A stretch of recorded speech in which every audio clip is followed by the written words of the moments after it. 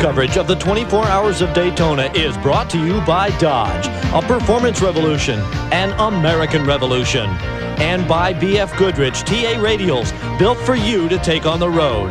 And by Coors Light, the Silver Bullet. There's no slowing down with the Silver Bullet.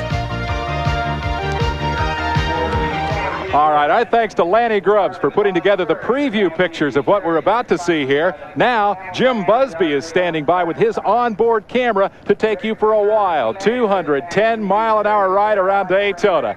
It's all coming up. We're ready to go racing. Stand by for the 24 Hours of Daytona. For powerful personalities. The greatest field in the history. 24 years of the running of this race is on pit road. Let's go to Chris Economaki. I'm down here by A.J. Foyt's car. He's about to put on his helmet.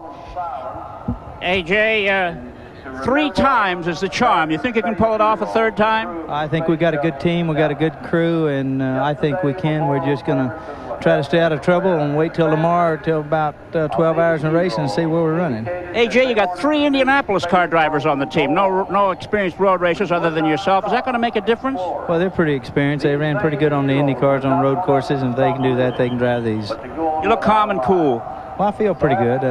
You know, like you said, 3 times is real hard, but that's what we're here for. Okay, good luck, A.J. Foyt, and now across pit road to my colleague, Jerry Garrett. Well, thanks, Chris. I kind of like the 24-hour race. It's kind of an excuse to stay out all night and party like grad night in high school. It's kind of fun. But a responsible party with an opposing viewpoint, series champion Al Holbert. You don't like these very much, Al. Well, you got to remember, we're not 16 anymore, that's for sure. And no, I'm not real keen on these long races. But it's a wonderful way to start off the Camel season, and we're going to look for a real hard long race. Well, he's not exactly sour grapes. He hasn't won this race, but he has won the 24 Hours of Le Mans. Bless us through the excitement of this 24-hour race. Amen. Let's take a look right now at the course these people will be facing for the next 24 hours. Bill Adam will take us around inside the BF Goodrich car and give us a viewpoint. We're approaching the start-finish line, a GT prototype, flat out in 5th gear, getting prepared to drop down through 4th, 3rd, and 2nd for a very tight left hand that leads into the infield course. Extremely hard braking at this point, being very careful not to put your car in a precarious position with cars cutting back across in front of you. This is a short straight just coming up right here that'll lead down to a 180-degree right-hand corner on the infield section of the track. One which requires a very delicate throttle application. We're playing with 800 to 900 horsepower here, and you can easily get sideways. Back up into 3rd gear in this straight, into 4th gear with your foot still flat on the floor. Through this gentle left-hand bend at something in the neighborhood of 165 miles an hour before we get under very, very hard braking. Back down through the gearbox into 2nd gear for the tightest corner in the track, a tight 180-degree right-hand corner. Hard acceleration again into 3rd gear for a brief second before setting up for a 90-degree left that'll lead us onto the banking. This is very critical here, as we want to carry as much speed as possible, not having to get off the gas and thereby lose a turbo boost, and carry this momentum up high onto the banking. The slower cars, the GTO and GTU class cars, are told to keep low at this point, leaving that top lane for the much faster GT prototype cars. Down the back straight, we're approaching 200 miles an hour at this point, getting set up for very heavy braking, where we'll be dropping down to 3rd gear and going through a chicane that was set up here. Just a brief left and a right flick, hard on the gas for a second, off for a little bit of a slide, and then right back to the floor as we enter the banking again. Back up into 4th gear, finally reaching 5th gear, and the speeds will be approaching well over 200 miles an hour at this point, leading onto the front straight, which is the fastest point in the track. The top GT prototype cars will be at 210, 215 miles an hour, approaching what they will hope to be the checkered flag.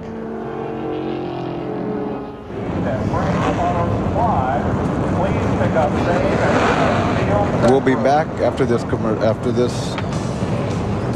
commercial message. It's coming now, the 24 Hours of Daytona, live here on the Superstation.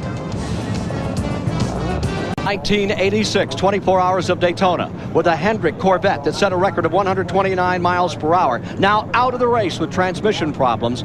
The new pole sitter is car number 86. This is the Bruce Levin car of Redmond, Washington. The co-drivers, Ireland's Derek Daly and Bob Wallach of France, a former winner.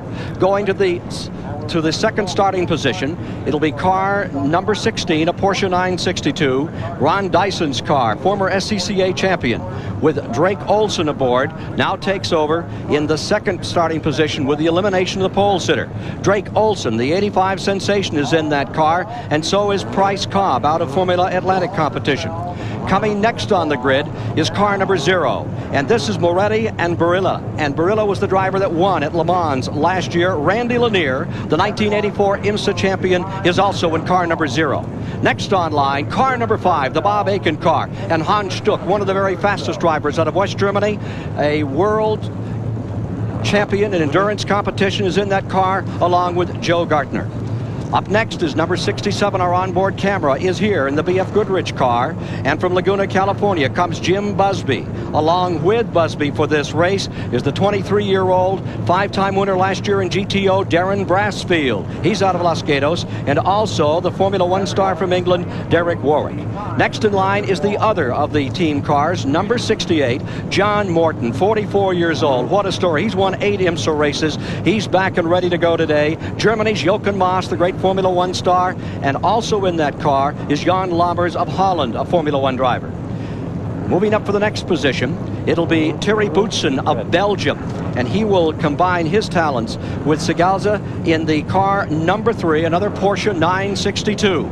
The 14 car, still another 962, and it's all 962s up front, is the defending IMSA champion, Al Holbert. And with him is the 3-time Le Mans winner, Derek Bell. Al Unser Jr., runner-up in kart racing last year, is the 3rd driver on that car. Going next in line is the 12-cylinder Jaguar. And here we have Chip Robinson assisting Bob Tullius, the team manager, the organizer of this team, and the Frenchman Claude Bellolina, the 1983 Le Mans winner. Further back in the field, we come to the number 45. This is the Buick, John Paul Jr. And with him comes Chip Ganassi, the IndyCar driver, and Ivan Capelli from Italy is there. Beside them is the second of those Buick 6-cylinder cars, and the 27-year-old driver from LA, Whitney Gantz, has been assigned here along with Ken Madron, and we should see some real action here. Bob Loganberg is in that car as well. The field just beginning to roll down pit road. The second Jaguar is next, number 04, 12 Daytona wins for Hurley Haywood, one of the all-time champions. And with him comes the 76 and 81 winner of the 24-hour race, Brian Redman, and Australia's Vern Chupan is here today. He's an experience in everything. Next, another 962. This is car number 8, and here we have A.J. Foyt, Danny Sullivan, and with them for this race is Lyondike, the kart rookie of the year, Ari Lyondike, in the Preston Hen car. There you see Preston bottom there. A Porsche March comes out next for today's race. And these are the Leon brothers from Texas, and with them is Jim Fitzgerald out of North Carolina. Going further back in the field as we continue our lineup, we have a Chevy March coming next, and that is Jimmy Leeward out of Ocala, Florida. With him is Bill Adam, who will be one of our reporters today. He's going to take over some, and also Emery Donaldson, originally out of Daytona Beach. Bruce Jenner starts next, and that's the first GTO car in the race. And with him will be Scott Pruitt and Klaus Ludwig, the 76 decathlon champion in that car. Next on line comes Tommy Riggins, Steve Millian, and Elliott Forbes Robinson in the second GTO car, a Pontiac Firebird. Next in line, 17th overall on this grid, and there have been some changes now in the last moments with cars not getting an opportunity to start. Lou Price, Jim Mullen, Carson Baird are going. Then the Porsche March is up next. That's the Johnny Hotchkiss car. Jim Adam is with him, and Costas Loss is also a driver of that car. Further back in the field now, we look and we find the GTU first car out will start in 47th position. Roger Mandeville with Denny Smith and Diego Fables. In 50th position is the second GTU car. That's Reed Kendall. And then in the 51st position, the car that really put a show on here last year, Amos Johnson's car with Dennis Shaw and Jack Durham. Now, for the stock car folks in this race, the 24th position is the Mustang with Bill Elliott, Kyle Petty, Ricky Rudd, and Ken Schrader going to work. And in 26th position, the Olds of Phil Parsons and Harry Gant, along with Terry Labonte. There you see the Pachetti car that's going to be in here. They're getting set to go as we continue to roll on through the field and get set for a start here today in this 24 hours of Daytona, the 22nd running of the event. Field is now up on the west end of the speedway. This is the highest bank on which these cars run anywhere on their 18-19 race schedule. 31-degree bank. Then it's down that long back straightaway, wide open to a chicane, which really makes you whoa them. And one of the problems, of course, with this race is starting at this time of the day in the winter again. As you go into that west banking, you have a real problem with the sunshine. And as you come up off the east banking, under where we're here, across the start-finish line, that sun gets very, very tiring. And David, right here we can talk about just how difficult it is to come down from those tremendous speeds. Just about the hardest braking place on the track. Very hard indeed. And you can see the shape of the chicane there. You can see where the line goes right to the edge of the road. And this is one of those places where at night it's very difficult because it's very flat and featureless. It's hard to pick it up. Difficult at night. Let me point out to you that the green colors on this grid are Camel Light cars. The black is GTU, the red is GTO, and the prototype cars are in blue. That's a GTO car that you see there. That's the over 3-liter cars, the under the GTU, and the Camel Light cars. There were only 6 of them here last year. And remember that they had that tremendous run that started midway in the race with that little red wagon of Downing's coming from last up to second place in his class. And that car will be something to watch in that Camel Light series. Jim Downing's car. Well, the Camel Light's become a very popular class. It's much cheaper than the big GT prototypes, and of course with so much more television now that Camel GT Racing is getting, of course it's worth sponsoring. Willie Ribbs, you've been down here for some time practicing a NASCAR Winston Cup automobile for later this year. Your feelings about running those high banks? Well, you know, I'm normally a road racer, but now with me in NASCAR, you know, it's a whole new world coming in to running NASCAR on the high banks. It's 31-degree bank, and you got to really know what you're doing because they're all high speed. Green this time by, and we will be away. 70 cars were expected to start at the last moment. The pole sitter was canceled out. 3 other cars have canceled out, so we're coming back down in that number towards 66, perhaps even 65 as we get a count coming to the line. The more out, the better if you're a driver. Not so good for us, but much better for them. Last year, there's one of the cars that's just come out. His car number 89 has fallen by the wayside before it even gets underway. One of the Porsches coming down for the start. The field under green, and the 24 Hours of Daytona is away. Twice round the clock on this 3.5-mile course. 9 turns through turn 1. Turn 2 is directly in front of the scoring stand. It's actually the second part of this wide sweeper as you come off the super speedway part of the course. Great deal of discipline required at this part of a 24-hour race. Willie's used to driving the Trans Am cars where, you know, you've got to get the thing 1 in 100 miles. You tend to take chances in that type of racing. In this sort of racing, there's absolutely no point in taking a chance. But when you're in charge of an 800 horsepower car, it's kind of hard to tell the driver, don't take a chance. Well, it's hard to, you know, because, you know, your adrenaline's flowing. You want to get out and get racing with people, but you know you can't run too fast because you got 24 hours. Live on the Superstation, WTBS. Start of the 24 Hours of Daytona. 22nd go, up onto the banking for the first time. Beginning to unlimber, and this is the one time when you don't want to get over anxious out here. Well, that's true, and young Drake Olson from Connecticut's got a good lead already in his first lap in his Porsche, and of course he's obviously very thankful that the BMW is in the truck on the way to Michigan, because he knows that by now he'd be about that far behind us. Again, Cyril Vandermerber, who qualified at 121 miles an hour with the Hendrick Corvette. They had transmission problems. They had gone through 2 transmissions by yesterday. Today they developed another problem in the morning practice, and the car will not start. And that's a terrible break for American racing fans. They were hoping with Doc Bundy aboard, he was telling me yesterday, to get in 3 hours. Anything over 3 hours to them, they would deem a success, because that's as far as the car had run. Not to be the case. Very potent car. I drove that car 2 or 3 times last year, did a lot of testing and development for them, and it's a tremendously potent car, and that Chevrolet V6 has got a good future in this sort of racing. Olson builds up a tremendous lead, and now you're with the Jim Busby car. Smoke coming out of Bob Aiken's car already. Bob Aiken's car is pulled up into 3rd place. Hans Stuck aboard in the red number 5, and now you're inside of the B.F. Goodrich machine as it goes through that 1st and 2nd turn, heads for the International Horseshoe. There you see the flags of all the competitors in the race. There you see Aiken's car. Bruce Levin's machine has gone up into 2nd. That is Terry Booson's car in the pits, I do believe. Booson's car down. We're back inside with Jim Busby.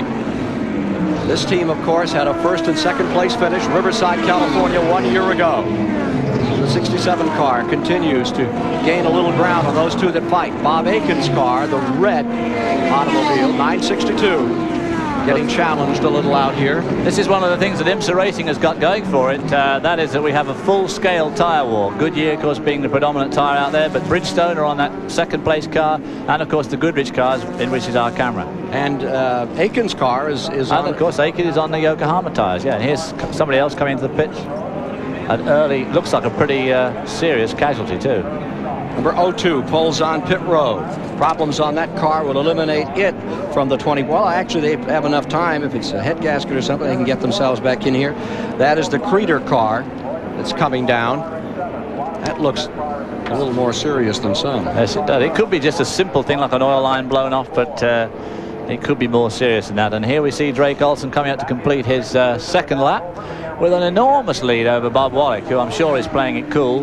Bit of a dogfight there for third, fourth, fifth, and sixth spot. The third place car at the present time has been switched around and coming to the line. I think we'll see Paolo already. Barilla has passed the Hans Stuck car. Stuckey here, back to fourth, world endurance champion, and obviously trying to get his IMSA 86 IMSA season off to a good start. Dave, you know, I think some of these guys are going out and trying to establish a pace here, you know, and then once they get into a groove and try to hold it there for the endurance, you know, the race of the race, you know. Of course, there is a lot of cars to be lapped, so if you can make up some sort of a lead early on, once you get into traffic, it can help you to pull away from that lead too. The Leon car, the number 2 car, is now on pit road, and we're watching the number 67 closing up on the Aiken machine. Here comes Al Holbert down the inside, making a pass. Holbert in the 14 just sweeps up underneath and takes a position. Al being a bit of a brave boy in a 24-hour race doing that. Especially when 67 was lining itself up to pass Busby. There's a great camera shot of the Holbert car. There's a guy up the back. Well, Holbert knew that was a camera car. He just wanted to get in front. Holbert gave it a heck of a shot last year. He had a great season, won the IMSA championship, but was not to be in this race. After 23 hours, he fell by the wayside. They needed just another hour. Look at Busby pull up and give it a go down that back straightaway. Here they come. Hard braking corner left is next. And Busby now decides not to try and go past Holbert. Pretty wise move there. If you get pushed off, it's very rough. And these cars, unlike a NASCAR car, people are used to seeing NASCAR cars spin onto the grass and then carry on. Unfortunately, with these fragile, expensive races, you can't pull tricks like that because it pulls all the bodywork off and the car's pretty well finished. Scheduled for 962s to draw away and start this race as Drake Olsen, number 16, continues to build up a lead. Bruce Levin's car running in second, and the third place car is the Moretti car. The Moretti Lanier car has gone into third. Ken, Drake Olsen was one of the surprises last year in IMSA GTP racing. He really came on strong. He really made his name last year, and he's starting out this year the same way as he left off. He came from nowhere. He came in his very first GTP race was Lime Rock last May, and he won it. And they're all taking a bit of a detour there. It must have got very, very slick in that infield corner. Watch. Let's see if we get a pass right here as Al Holbert is moving in on number 5. He may try to pass him right now. Closing up. Al Holbert getting in, closing down on the Hans Stuck car. Tries that inside. He made a move before. Not successful for the moment. Let's see what happens when they draw out onto that 31-degree banking. There goes Holbert taking another shot at that position. You're watching the fight for 4th place live here on the Superstation in the 24 hours of Daytona. Here they come onto the banking and down to the inside. It is Holbert making a move as if he's going to try and pass here. He comes to the bottom, pulls back up, rides the slipstream. Just like the NASCAR cars, of course, you can really put that draft to use. But of course, you don't have that long back chute to maintain it. You have to keep stopping for the corner. Here they come. Down for the chicane. Already getting mixed up in lap traffic too. You've driven with and against Hans Stuck many times. He's tough to deal with. Well, he and I drove together in a BMW back in 1981, and yeah, he's a very flamboyant man and a very flamboyant driver, but he's got tremendous car control, great skills. Hardest braking point of the track is turn 1, where you enter the infield portion of the course. We may see Holbert take a stab right here. Well, they're both going past that Zach's car, the German-sponsored Yost car, the winner of Le Mans last year and the year before, and it looks like they're both going to try and take him on the high side as they go into turn 1.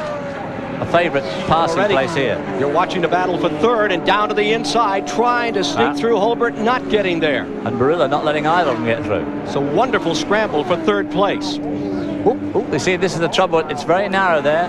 They're getting caught up in lapped cars already, and Jim Busby is right behind Holbert again. through the International Horseshoe. The battle continues for third position. And we'll be back with our continuing coverage of the 24 Hours of Daytona after these messages. Speedway, tremendous battle raging for second, third, fourth, and fifth positions in the early running of the 24 Hours of Daytona. We're watching it now from the in-car camera being carried by Jim Busby. A lot of split-second accuracy demanded of these drivers here. We're going to be talking a lot more about the fact that timing is everything in a 24-hour race. The 125-year-old Hoyer people are offering a tag Hoyer micro-split stopwatch in this event. You see a lot of these on pit road. This is how the drivers and crews keep track of things like interval. Right now it's split seconds between those second, third, fourth, and fifth place cars. We're going to watch for timely maneuvers throughout this race, some to the better and some to the worst. And we're going to award the people who make those maneuvers these stopwatches. And when it's all over, we're going to have something very special for the driver or perhaps the crew member who makes the most crucial move that demonstrates that timing is everything in racing. The Hoyer people keeping track of the time here. Let's go back to that battle for second, third, fourth, and fifth in the early running of the 24 Hours. Jim Busby's cars, the B.F. Goodrich Racing Team, giving us these dramatic pictures. He is closing up again on the Al Holbert car. Meanwhile, the Aiken car has fallen off the pace more with Hans Stuck aboard. Look at this battle continuing. That's Al Holbert, defending IMSA champion, had just a tremendous year after a very shaky start here at Daytona. Here we are getting the Jim Busby car. We're being told Derek Warwick is at the keyboard of that machine. It must be a thrill.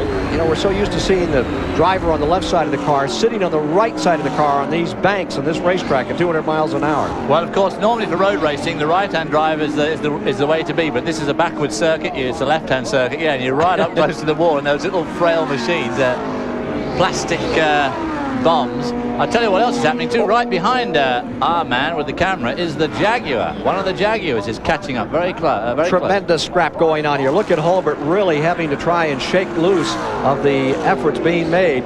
Well, Derek Warwick, of course, is one of the best Formula One drivers. Somehow this year in the shuffle, he seems to have got left out. But it's good for him, sir. Let's go to Chris Economaki. I'm in the Dyson pit, the leading car, number 16, with Drake Olson at the wheel. He's opened up a 5-second lead on the field, and that's a bit of concern here because everyone says a 1-minute 50-second lap is the way to do this. He's turning 145, 144s. However, Olson is running his own pace. They've told him to run a pace that's comfortable for him and comfortable for the car, but they didn't think it would be this fast, this early. Back to you. Well, there you see the lead car, and for a moment he was in trouble there. He threw it all the way to the outside and then picked it up again. Olson leading by 10.5 seconds here. That's a pretty good lead this early on, and if he's comfortable, though, that's the thing. As long as he's confident that he's not overstressing it, overstressing the brakes, making a hash of the gear shift and so on. I mean, if that's the pace he wants to go at, it's better to leave him at that than try and force him to slow down. Well, Dave, it's good to have that 10-second cushion because when you get into traffic, you'll lose a second. You might lose 2 seconds. So if you have a nice cushion, you still got, you know, enough space to stay in a nice lead. He's better off, of course, pulling out the lead on his own than those other guys, too, all racing each other into that traffic, which is when it gets really hairy. You know, you suddenly get yourself blocked out and... Yeah, and then when the lap car puts on the brakes early, then you're banging into each other. That's right, and he's got time to Drake Olson, who won 3 events last year, now leading the early moments. One of the real sensations. And he's using up a lot of curb here as he ricochets around this thing with a very... I saw that little move there by Mr. Olson. If I was him, I'd be a bit more careful of that. This is a 24-hour race, not a 24-lap race. Well, it's daylight still, and you know, when nightfall runs in and they start running the headlights, they're going to be a little bit more cautious. Not being very choice of car number 16, the lead car by 10 seconds. Drake Olson in second is the Bruce Levin car. Al Holbert's car maintaining the 3rd position now. The 4th position, Derek Warwick, is in the Jim Busby number 67. And then up to 5th comes the Bob Tullius Jaguar. The number 28 car, the Soul brothers, are out of competition already. The car that was entered for Harry Gant and Parsons, Terry Labonte, their car was off the track a lap ago, trying to get that one fired and back underway. Here's your leader closing on one of those Camel light cars. Now, the light cars look like the big prototypes, but they run a smaller engine. They're not allowed to use turbo power. And it is a way of getting into prototype racing without spending the mega bucks that have to be utilized to run a car like number 16 or the Busby car or any of those front 5 overall. Well, you know, we got light beer, light cigarettes. Now we got light GTP. Here's Jerry Garrett standing by. Thanks, Willie. Thanks, Ken. We've been surveying some of the teams down here that are running in the top 5, and everybody seems to be pretty pleased about the way things are going. Aiken's team wasn't concerned about that early smoke we saw. A.J. Foyt's team, though, they seem to be having some kind of handling problem. They're jiggling the car out of the banking. The thing doesn't seem to be going right, and they've fallen back in the top 10 quite a ways. The cars that are moving up, the cars that are real happy, are the Jaguar people. Watch out for them. Well, there's Drake Olson continuing to pull away. Handsome young guy who really put it on him in 1985 and is getting off to a very nice start here in 1986. The first event for the International Motorsports Association.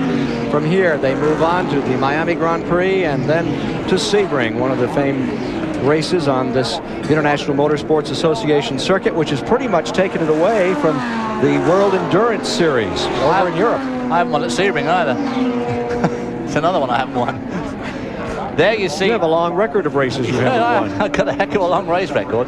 That turn one there has been modified in the last 2 years, and really for the 24-hour race, it's not a very satisfactory corner. It jiggles around a couple of times, and it's all guardrail, and it's a tricky little corner to negotiate. Oh, it's a little tricky in the dark because there's no lights It'd be out very there. tricky in the dark, yeah. 3.56-mile course over which they're hauling these machines, and you're watching the 962 out in front, number 16.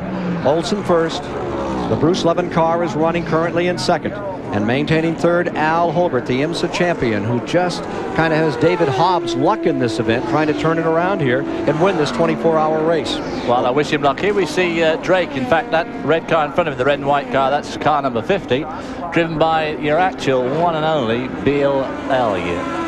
Bill Elliott, who ran with Lynn St. James and turned out some great laps in GTO competition last year. Yeah, at Watkins Glen. In fact, he set fastest lap during the race at Watkins Glen in the GTO race. And the NASCAR guys are here because they want to get road racing experience. And that number 50 is leading in GTO. In the GTO class, Elliott is first. Jenner is second. The Cord Aussie car is in third. Here's Dave Despain at the STP Pit Center.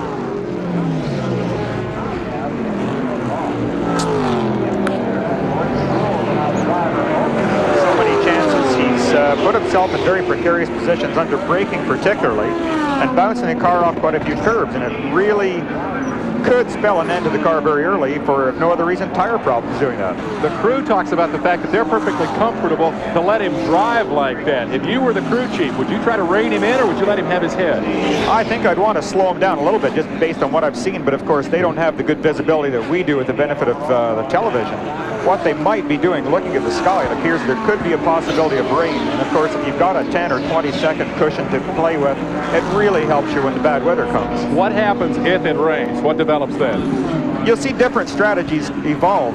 Some of the teams will keep their drivers out on the dry tires and hope that it's only a brief shower. Then they don't have to go through a 2-pit stop loss of time, whereas others will come in, make an immediate stop for rain tires and try and get back out and take advantage of the good tires. On the dry racetrack, as we watch from the in-car camera and see the action, on the dry racetrack, they run tires with absolutely no tread. If it rains, they have the option of coming in, and they almost have to come in, don't they, if it rains very much? Yeah, it's just like driving a car on bald tires on the street when it rains. You have very, very little control, and it takes almost an inordinate amount of precision to drive without having some sort of an incident. We see the masterful control of Jim Busby as he threads through traffic here. Quick update, the Brune Motorsports Porsche, which was one of the favorites here, came in very early. Terry Bootson is having to replace the alternator. Terry Labonte's Oldsmobile has a lubrication and oil system problem, and they're both on pit road. Back to you, Ken. All right, you're still with the BF Goodrich car. This is Derek Warwick at the controls of this 962, which is very tender to the handling. Well, you can see his hand there flashing on the wheel. These are very tight corners here, and it requires quite a bit of luck to get round them all. And you can see his hands there, as you would say, playing the keyboard in this 962. A lot of precision required. If you put a wheel over the edge, there's big holes which can cut tires and make a bit of a mess of your car. So you've got to get the car in the right place. Now, right here on the banking, that car is developing a couple of 1,000 pounds of downforce plus the centrifugal force, so the steering at this point is very, very heavy, right where we're looking now. Here they come into the hardest braking portion of the course. Let's watch him as he comes in here. This is Derek Warwick in car number 67, closing in on the Al Holbert car. They dart in around through traffic into turn 1. What track conditions worry you most out here, Derek? Well, yeah, I mean, the conditions are obviously tough when it's raining and at night time. In particularly, you know, you've got a lot of very slow cars now, or a lot of cars that are a lot slower than you. That's the biggest danger. You know, running continuously is not a problem, but avoiding the other cars is a problem.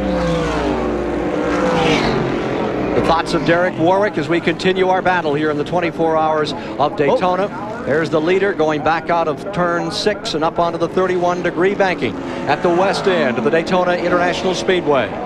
Interval now stands at 15.5 seconds. In the GTU class, Mandeville and Smith are leading over Johnson and Shaw at the present time. In GTO, it's Elliott, Kyle Petty, Ricky Rudd, and Schrader's car out in front.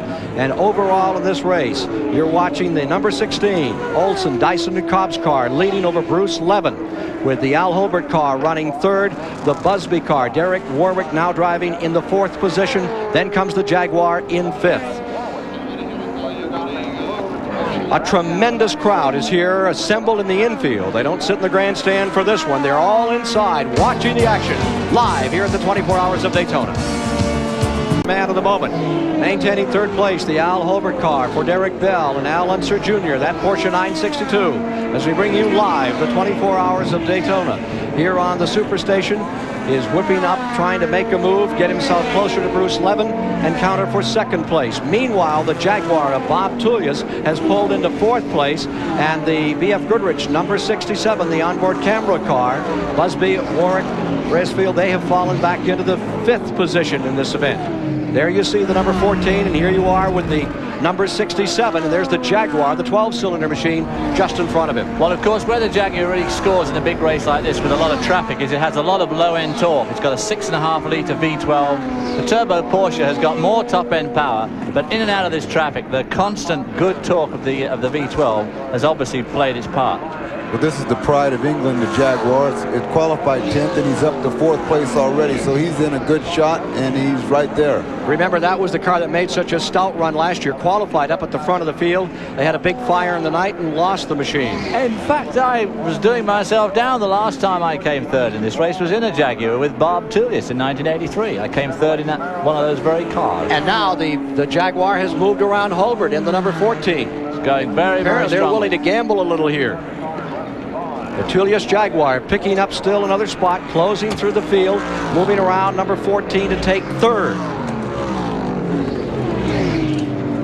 Ooh, that was the Warwick car, using up a little of the inside and almost using up the wall on the outside. Well, Derek should be careful. You know, I don't know whether I'm seeing things, but I can't see 86 anymore unless I'm just imagining it. I may be looking in the wrong place, but I haven't seen 86 this lap. The Bruce Levin Bob Wallace car.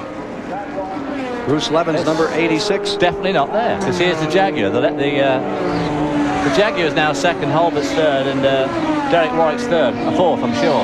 Yeah, there we are. The 86 car, the Bob Wallace car, is definitely stopped somewhere. It's not in pit lane. Well, 2nd place man apparently broken down on course. Yeah, there's a lot of landscape out here, and sometimes a car can be broken down behind a tree and you won't see it. Well, there's not many trees here, but among this tremendous crowd that's here. There is a tremendous There's crowd. the battle, and that battle is taking place for 2nd place. The number 86 car is down. The 14 car has moved up with the 14 car and the 44 car as well. The Jaguar has moved around Al Holbert's team and finds himself in 2nd position. The GTO lead car, number 62, has pulled into the pits. Well, Drake Olsen is still pulling out a lead. He's got nearly 24-second lead. There you see Holbert now back to 3rd spot. The Jaguar running in 2nd, and the lead car continues to be that Dyson Olsen Cobb machine. That lead continuing to build.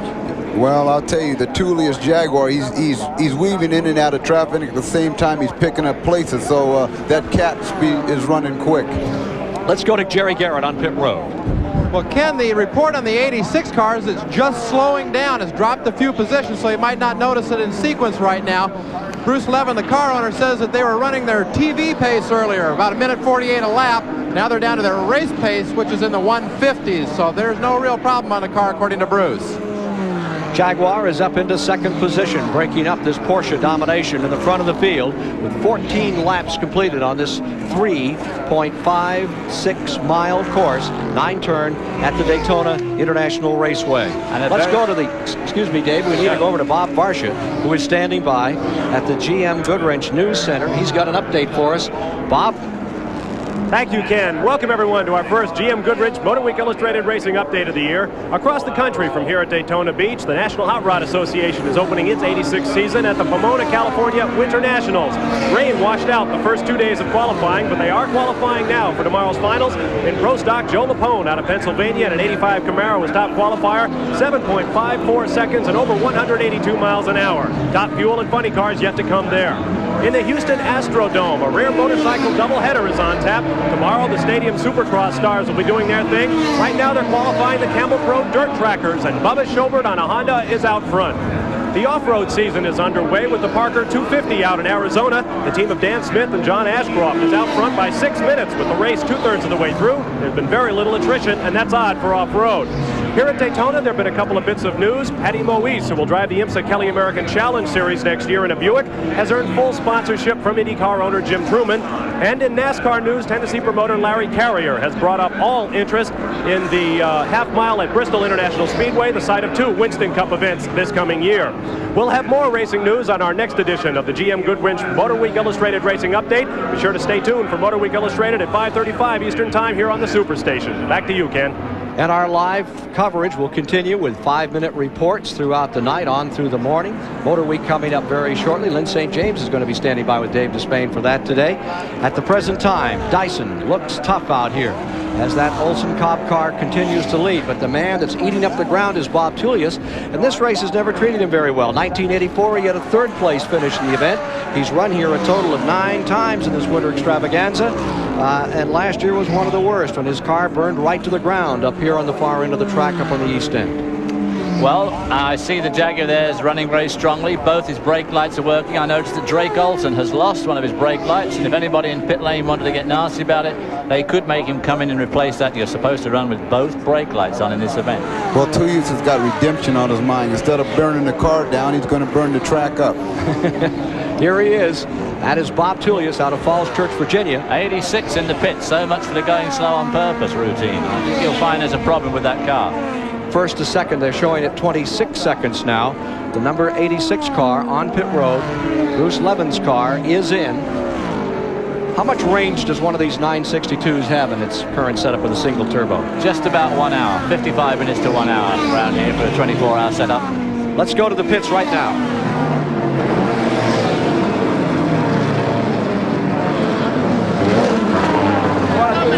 No, I want to do this little guy. That's the Bruce Levin car, number 86. Pulled out here quickly. Made a run that looked like it was going to be stopped, and it has been slipping back through the field. Car out of the Great Northwest. Guy is in the garbage business out there. That garbage business would be very good to own a 962, Willie. Well, you know, there's a little trash flying around in the neighborhood, so and he's managed to pick it up and make money, so he can afford it. Cash for trash. Car number 86. Sliding back to the field. Now out of the top 10 is that machine, and you can see the problem is a bit serious. Yeah, this is the sort of thing that in a 24-hour race you can put up with a short stop like this as long as what they're finding there is not too desperately serious. They're working on the turbocharger. Mighty hot. There's the intercooler. Oh, the pipe of the intercooler looks like it could have blown off that rubber pipe. That's the part that carries the pressure. Yep. They're taking the pipe off. They're getting at the clips. Oh, yeah, and the pipes are hot. You know, you see the gloves on their hands, you know. Those pipes are hot. Little turkeys. It could be that the pipe is split and they're going to have to replace it. In war dress, what does one of these 962s check out for these days? What would you pay if you were to take your checkbook over? Take your checkbook over? Well, ready to race, it's going to be around about $260,000. Well, mine would bounce. I don't think mine could handle it. Well, there you see the work continuing on Bruce Levin's automobile, which had qualified outside the front row for this event, then had moved to the pole when the car that had been scheduled to come off that front running position, the Cyril Mandeverver qualified car, had a real problem and never made it. Transmission problem. There you see, I believe. There we see, that's Bob Wallach, a man who this weekend had some tremendously good news. Jackie Hicks retired, and Bob Wallach was asked to drive the second Rothmans factory Porsche with Jochen Mass, alongside, of course, Derek Bell, the Star, and Hans Stuck. Well, it's not too bad, Dave, because he hasn't got out of the car. If it was bad, he'd be climbing out now. You know, if they can get it done in 5 or 10 minutes, they'll still be in the ball game. They seem to be just changing that pipe to the intercooler. Here's the Thierry Boutsen car number 3, the Walter Brunn car from Germany. Come over here for a long way for nothing. He's had about 4 pit stops now, so they're way, way, way off space. Well, the sun's shining, it's warm. It's a nice vacation anyway.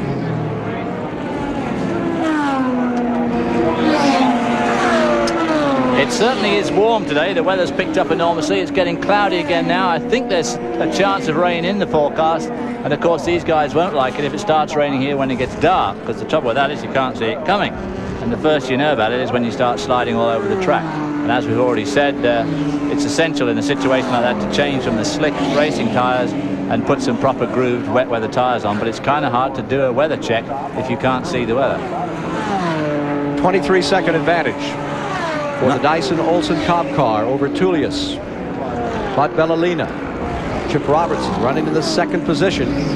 The Robinson car is trying to gain a little time back here. Chip Robinson's a very fast driver. He did a lot of Super V racing on the Indy Series, and last year Bob Tullius picked him up to drive with him in the number 44 Jaguar, and he did some very, very good times. He's a good race driver. Getting a pit report now on that car number 86. Well, the 86 apparently had a loose pipe on the turbo, and the gases were, I think it split, and they had to come in and change it because he was losing power. Well, Chris Economaki may know more about that down in the pits. Chris?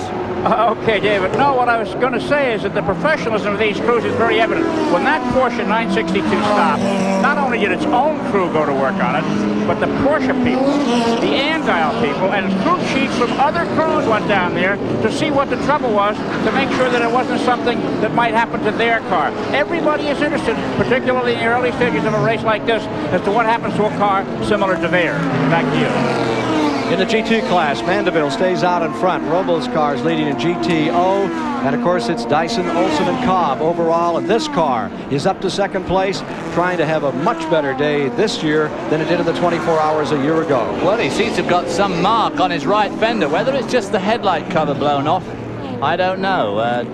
The Rob Dyson car's already turned his headlights on to warn back markers. Maybe their headlight cover's blown off. We'll be back with more live action from the 24 hours of Daytona, 19 laps complete, after these messages on the Superstation. Communication Center, Daytona International Speedway. Here's your leader, Rob Dyson, Drake Olsen, Bryce Cobb, with Drake Olsen at the keyboard, running away with this race to the tune of 16 or 17 seconds at this point. The story is right here at second spot. Bob Tullius, Claude Bellolina, Chip Robinson running second. My cohort Bill Adam points out, and he used to drive this car, that they've got an advantage we haven't talked about yet. That's that 12 cylinders fuel economy. And Adam boldly predicts that they'll move out front when the pit stops start. They'll be able to run longer on the available fuel. They're getting a challenge, meanwhile, from the Holbert, Bell, and Unser car, the car that has never won this 24 hours of Daytona. We're watching the Tullius car go by, and there is Holbert right there in hot pursuit. And that battle from second back to fifth for a while, and now between second and third, has been the story of the race all day. Two of the hot European entries here have, we never like to say dropped out early in the event, because they can virtually rebuild one of these cars from the ground up in the course of 24 hours. But the car Zero, the machine of Giampiero Moretti, Randy Lanier, and Paolo Barilla, a heavy favorite, or one of the favorites coming into this event, has blown the engine. They were in the top 5 early on, and as we mentioned earlier, the car that started outside row 1, Thierry Boutsen, Oscar Larari, and Segala, have also had an alternator problem. They will fix that and get back into the race. That Jaguar that we're watching right now is an interesting story for one of the members of our broadcast team here today. We wondered about the difference, what it's like to sit in a luxurious production automobile and to compare it with the racing version of that machine. So we turned none other than our Chris Economaki loose on that story, and here's what he brought us back. The Group 44 Jaguars in the 24 hours are special in many ways, but actually they're an evolution of a production car, the XJS Jaguar.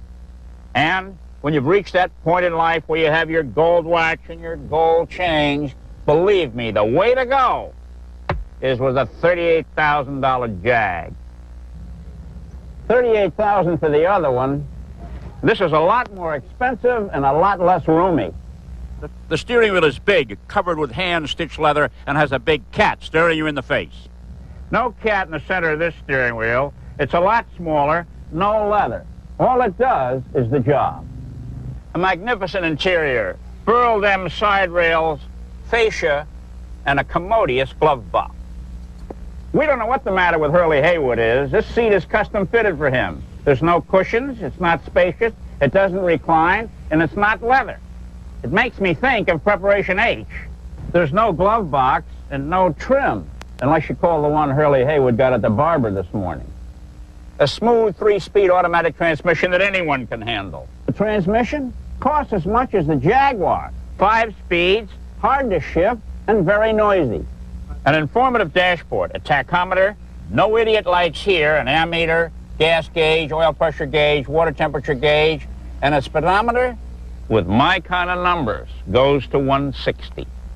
7 instruments, all functional. Some of them are put in cockeyed. The reason being that when all is well, the needles are straight up and down. And what a radio. 21 control buttons, 6 stereo speakers throughout the car, a cassette. You can get anywhere in the world on this one. Ah, the radio. For $10,000, no stereo, no cassette, just this, 2 speakers, 1 for each ear, and 1 station, the boss, telling you to go faster. An onboard trip computer with all these control buttons. If you want to know how far you've gone or how far you can go, how much fuel you've used, the answer is there. Incomparable. And this Jag doesn't have a trip computer, unless you count the 15 people in the pits that are keeping track of every little thing that goes on. There's something to say for both Jaguars. I think I'll take one of each. Just at the entrance of the first turn, David. It sure did. He just went down across the start-finish line here, and smoke was pouring out, and suddenly... is that the Argo? The right rear tire. That's down at chicane on the back straight. Now, this is directly in front of us at the start-finish line. A tire came out, and I believe that some of the panel came off the car as well, and is lying here between the 200 and 100-yard markers into the very first turn area. There's a piece of smoking rubber off the O2 car. Well, it looks like a Mazda. That's the Creda. That's the one we had trouble earlier. That's right, yeah, it came in on the first lap. So the first caution is out, and I believe it's all the way around the track at this time, after there is debris lying just at the entrance to the first turn. So this will probably bring in a rash of pit stops, because we're getting up to pit stop time anyway. Or any advantage the drivers can get during a caution, they'll be heading for the pits and to refuel under the caution and get back on. Okay, they're making a driver change here on the Derek Warwick car. In the GTU class, Mandeville and Smith are leading. The Robles car is leading in GTO with the Elliott Petty red car running in second. And in GTP, Dyson, Olson, Cobb are going out in first, with the second place belonging to Tullius, Robinson, Bellolina. In third place, Holbert, Bell, Unser. And in fourth place, it's Busby, Brassfield, and Warwick. So that's the rundown on GTU, GTO, and GTP as driver changes begin to take place. We're seeing one right now on the in-car camera car as Derek Warwick is climbing out of the automobile. Derek pointing drastically at the windscreen, because we could see there how the windscreen was getting all spotted up. We'll be back with more live coverage here on the Superstation of the 24 Hours of Daytona shortly. Stand by. That was the car that seemed to shut down all the BF Goodrich car, number 67, continuing here in the 24 Hours of Daytona. TA Radials, built for you to take on the road. And by Dodge, a performance revolution, an American revolution. And by Champion, nothing sparks like a champion. And by Budweiser, Beechwood aged for that clean, crisp taste. This Bud's for you.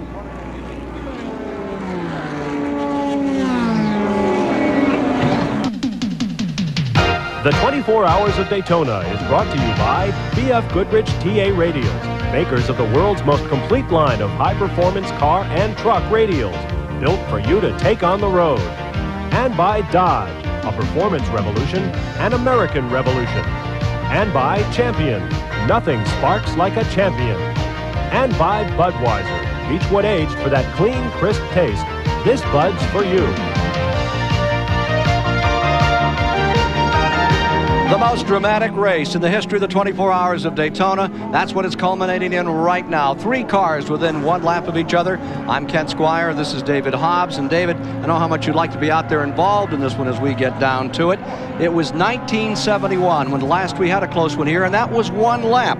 That was the year when the Pedro Rodriguez car, Jackie Oliver, the Porsche 917, defeated the Ferrari by a single lap about, I think it was a 3.8-mile course at that time. Well, now we have 3 cars contending for the lead.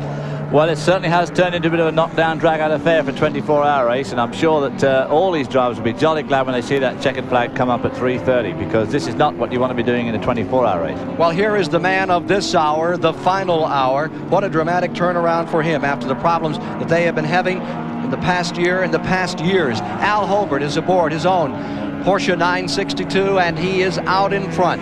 The second place car is now being shown as the Jim Busby car. There you are, riding with that Busby car. Derek Warwick is at the controls at this moment for Jim Busby, who's put this team together. One of his cars was destroyed this morning in a horrendous wreck. Jan Lammers is all right after that crash. And the third place car is the Preston Hen, the defending champion, A.J. Foyt car. That one has fallen back some. Danny Sullivan, a co-driving on that machine. Here you are with Derek Warwick as we bring you live coverage in this final hour. And that Vision Group camera's been with us the entire 24 hours. We had some dramatic pictures during the night. And here they are holding on for second place, just a lap down to the leaders. Well, just as he comes up to this point here, this car's reaching just close on 200 miles an hour as it goes over that stripe.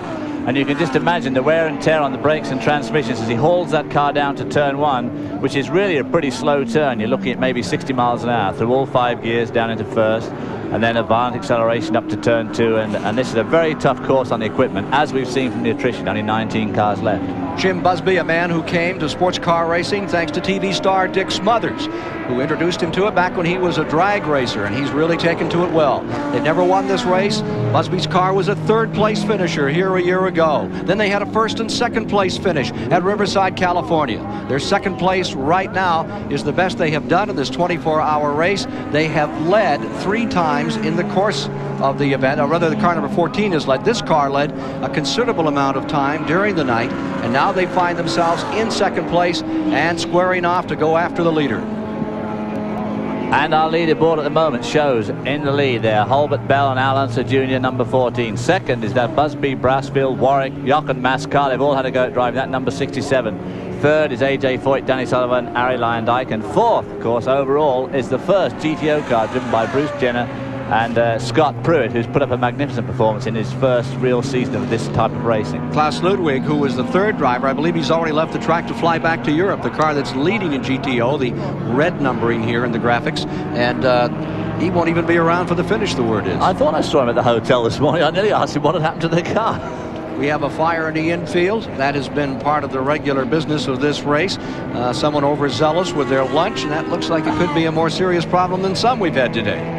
Well, we've had some serious problems. We've had some fairly light moments in this race, as usual. And, of course, unfortunately, all these 24-hour races are kind of a lady luck draw. It really is the luck of the draw. And every one of these cars that's leading on this lead lap has had some sort of a major problem. And they've all relatively luckily got away with it. One of our real highline cars came in and was out, completely out, in 6 laps with a distributor failure. I mean, a $250,000 car is out because the distributor rotor broke. And that's the sort of thing that can happen in 24 hours. This car number 14 at one time was 124 miles down. GTO leader Stahl, that's the Brenner car, and they're bringing the Bruce Jenner car back now. Now that could be a disaster for them. They have a pretty substantial lead in their class, so they can afford to hang around for quite a long time. They're reporting a severe oil leak on that car, and I believe Scott Pruitt, the former champion of go-karts, was at the controls at the time. Well, they're going to have to try and get that car. I don't think they have enough lead that they can just sit out the last 40 minutes of this race. We are down to the final moments of this race. The battle is all up front of the prototypes, and it is 962. That's the number for Porsche that continues to dominate. First, second, and third. Let's go to the STP Pit Center. Here's Dave Despain. Let's see if we can't help you who have just joined us for this the final moments of this great race to put all of this talk of classes and cars into perspective a little bit. Those three cars that are running up front, as we've mentioned, $250,000, custom built for racing prototypes, wide open, space age technology, anything goes. They're called GTP cars. There's another division here. It's new in this form of racing. They're called Camel Lights, and these are the Camel Light standings. These two are GT cars, wide open racers, but they have a weight limit. They are, in effect, smaller versions of the big, wide open racers. It's a fast-growing class. Head of the class right now, Frank Rubino, Ray Mummery, and John Schneider, and they have moved that car up to 7th in the overall standings. They are 104 laps behind the leaders. Those are the kind of intervals we think of in endurance competition, but we'll get to the fact that we have three cars within a lap or two up front. Right now, the story here, Rubino, Mummery, and Schneider. We have, I believe, one of those lead trio coming on pit road. One of the leaders, the 67 car, is coming on pit road, and that would seem to be the story that supersedes this one. Dave, that's number 67. The BF Goodrich car is on pit road. The third place automobile, Derek Warwick, has been driving. I think there's Derek Warwick getting out. I think they changed drivers. I would have thought that was kind of unnecessary at this stage of the game with only just 40 minutes to go. Here they are. That's a 17-man crew to maintain those two cars. And what a dandy job they've done. New second place, maybe car number 8, the Preston Hen car, defending champions and two-time winners of the 24 hours. AJ and Sullivan done a great job with that car and keeping it up there throughout this, as well as Ari Lyondike, the Indy Rookie of the Year. Let's go back to Dave Despain. Let's look at another of our divisions of competition here as one of those GTP prototypes up front has trouble. GTU, these are small engine sports cars. The Mazda RX-7, the dominant brand here. And the dominant drivers, old familiar hands at Daytona. They've excelled in this race. They had to change the transmission. They're still sitting at the top of the heap. Dennis Shaw, Amos Johnson, and Jack Dunham leading their division over the Reed, Hogdall, Kendall, and Rinsler entry, 8th in the overall standings, and 110 laps behind the front-running car in the overall standings. We go over here to GTO, story changing even as we speak. These guys, Bruce Jenner, the Olympian, Scott Pruitt, who's turned in such a great drive, Klaus Ludwig, the international star.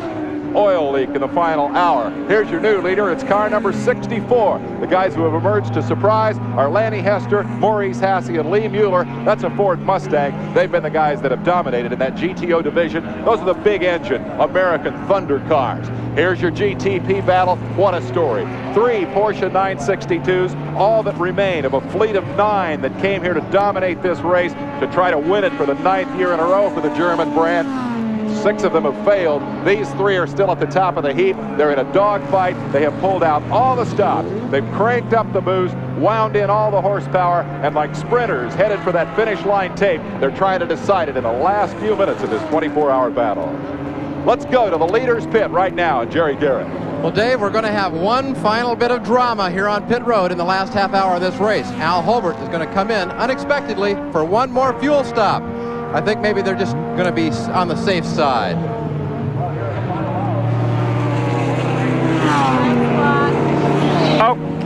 Let's go to Chris Economaki. Okay, you're looking at Derek Warwick. Until a few moments ago, the second place driver. His number 67 BFG Porsche has a broken seat. It's rattling around in the car. They've wedged it in position with driver's jackets. You can see the jackets hanging on the wall back there. Warwick got out of the car and he laid down on the pit wall. He said, I just couldn't go any faster. It's murder. And you can see he's been out of the car 3 or 4 minutes now, and he is exhausted. AJ Foyt, battling this car for second place, is still out there, but his car has a sticking throttle. All 3 lead Porsches are crippled. The number 14 car has a broken front sway bar. The number 67 car, a broken seat, and the number 8 car, a sticking throttle. It's been a tough day for these Porsches. 3 magnificent teams, 3 crippled cars. Charge, stumble, if you will, toward the finish line. You'll see the finish live here on TBS Sports. Stay tuned for the conclusion. The dogfight continues. I'm Dave Despain, and you've seen this guy throughout the broadcast. Bill Adam, you got in there took your licks, had some fun, I understand, but now you're on the sidelines as a driver and back in your broadcast costume. What happened briefly?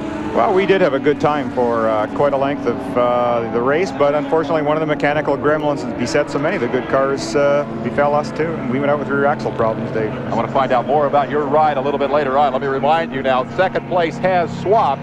The Foyt Hen group, the IndyCar drivers, essentially back up into that second spot as Busby did make a pit stop. Moss, Warwick, and Brassfield, the remaining cars. The beauty of this event, Bill, we're so accustomed to 6 and 7 lap intervals up front. This is like a Grand National stock car race. We got 3 guys on the same lap. If you make a stop, you drop back a couple positions. This is a dogfight, and there's no way to predict it. It really is just fantastic. We've been blessed now with a couple of really tremendous finishes in the last few years, but this has been the best I've ever seen. Anyone does still have the potential to win this race with just a minor problem by their competitors. One of the things we'd like to do, and we've done it periodically throughout the broadcast, we have a little different look at it right now, is put you inside one of the front-running cars. The BFG car of Jim Busby has carried our onboard camera, and it's performed magnificently throughout this race. It's given you some great pictures. Jim, climb in that car right now. I want you to take me for a quick lap around this place, or at least a portion of a lap with a slightly different view this time, Bill. From a driving standpoint, I'm down the back straight right now, well over 200 miles an hour, hard into third gear as I go through the chicane, flat to the floor, gentle off the gas and ease into the right, back to the floor again to a left onto the banking. Up through fourth gear, which will stretch you to almost 175 miles an hour, into fifth, using all 800 horsepower the car can give. One of the things that's happened here, all this jostling and mechanical beating that everybody else has suffered, that camera is a little cockeyed now from what we saw earlier. How does that relate to what you see when you're sitting in the driver's seat? Well, I think something very important here that maybe the viewers aren't aware of is just the vibration that's evident inside a race car. You can watch the driver's helmet here taking a real beating. What this does is just literally to beat you to death during a race, and you get out your black and blue and really physically tired. We see how close the car comes to the guardrail, how close it comes to the wall up on the banking from this angle. Are you aware of that? Do you use that outside retainer as a landmark and drive as close to it as you need to? Yes, you can use it for a couple of different things. One, to keep track of exactly where you are on the circuit and how much track you have to use. You want to try and straighten out the corners as much as possible and thereby give the car a little extra room to slide as you come to the exit of a corner. And when you misjudge it a little bit, you end up like so many of the cars that we've seen throughout this event. Definitely. The team car to this machine that we're watching from the onboard camera slammed into the guardrail when the driver of that machine, Jan Lammers, found himself with no brakes, and that's got to be a scary kind of a moment. Oh, and it was just terrifying. It only takes a moment's lapse in your concentration for something like this to happen. One of the things we noticed from this view is empty grandstands here, and it's important, I think, to note that the crowd for this race are die-hard road racing fans. And where are they, Bill? They're out there in the corners, aren't they? Road racers sit in the infield. They love to watch the action down low. Do you see them when you're driving the race? Are you aware of the people who line this racetrack by the thousands? Yes, you are aware of them, but it's something that's not really critical to what you're doing at the moment. So you kind of file that away, and you sometimes remember certain incidents after race is over. But while it's going on, you really don't pay attention to them. And some of them don't seem to be paying the least attention to what's going on out there. After 24 hours, of course, the diehards are all here, but in addition to being a great race, it's also a great party. The third place car now carrying our onboard camera, and Jim Busby could yet win this race because we have this tremendous battle that is raging here as 3 cars charge toward the finish line in the waning moments of this 24 hours of Daytona. It's been a fascinating weekend, but for all of us here in Daytona, indeed for all of us throughout America, there is another aspect of this weekend in Florida. Ken Squire will take a look at that. We have perfect skies. We have a perfect race. We have 3 cars running the lead lap. Those dramatic pictures from Jim Busby's car, the number 67, as he took us around the course. It is a happening. It is a festival atmosphere always as we kick off Speed Weeks at Daytona. But no one in this bright, festive atmosphere can shake off the grayness that settled in after Challenger was viewed from the speedway heading down range on its final flight. There was a unique kinship developed between the Daytona racers and many of the astronauts over the years. From the days of the Mercury program, the astronauts often came north here to the Daytona Speedway to view the racers, and the racers, they traveled some 70 miles south down to watch the Cape and watch the astronauts in action, and both really seemed in awe of each other. A candlelight vigil was held for Challenger's crew on Thursday night right here on the very beach where Frank Lockhart and Campbell and Seagraves and Barney Oldfield took us to new horizons in both time and speed.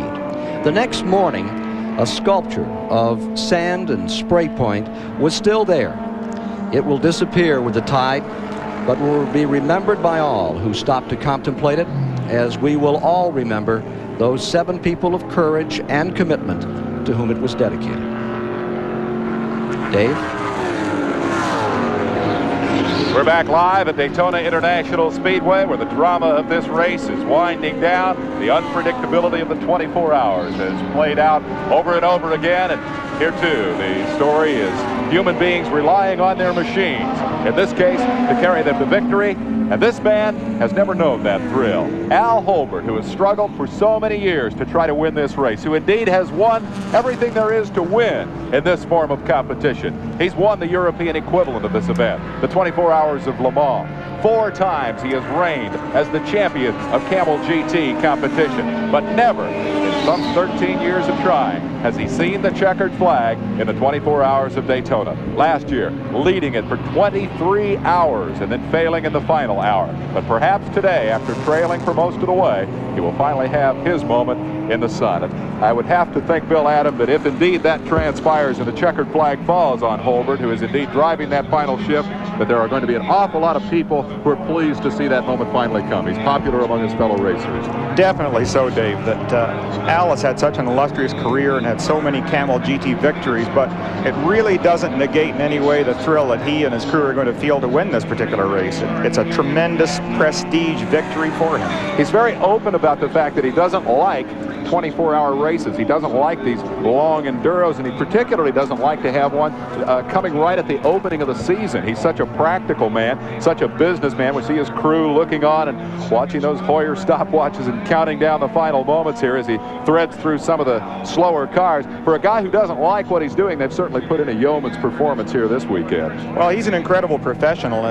You know, I share his sentiments much as David does as well. A 24-hour race really isn't fun, and the fun of racing goes out and it becomes just work. It's nice to get it out of the way at the start of the year, though. I don't want to completely try to put you in Al Holbert's shoes here, but he obviously wears 2 hats. He is the director of Porsche Racing in America, and as such has responsibilities that go beyond that number 14 car. He's been very vocal about the change in the rules that have added weight to those Porsches this year, and that weight has, Chris Economaki is going to tell us a little later, has been a big factor. 6 of these cars are out of the race, but I suspect that even if he wins this race, when he goes back and puts his business hat on, he's still going to be at odds with some people about those rules and the effect that they've had.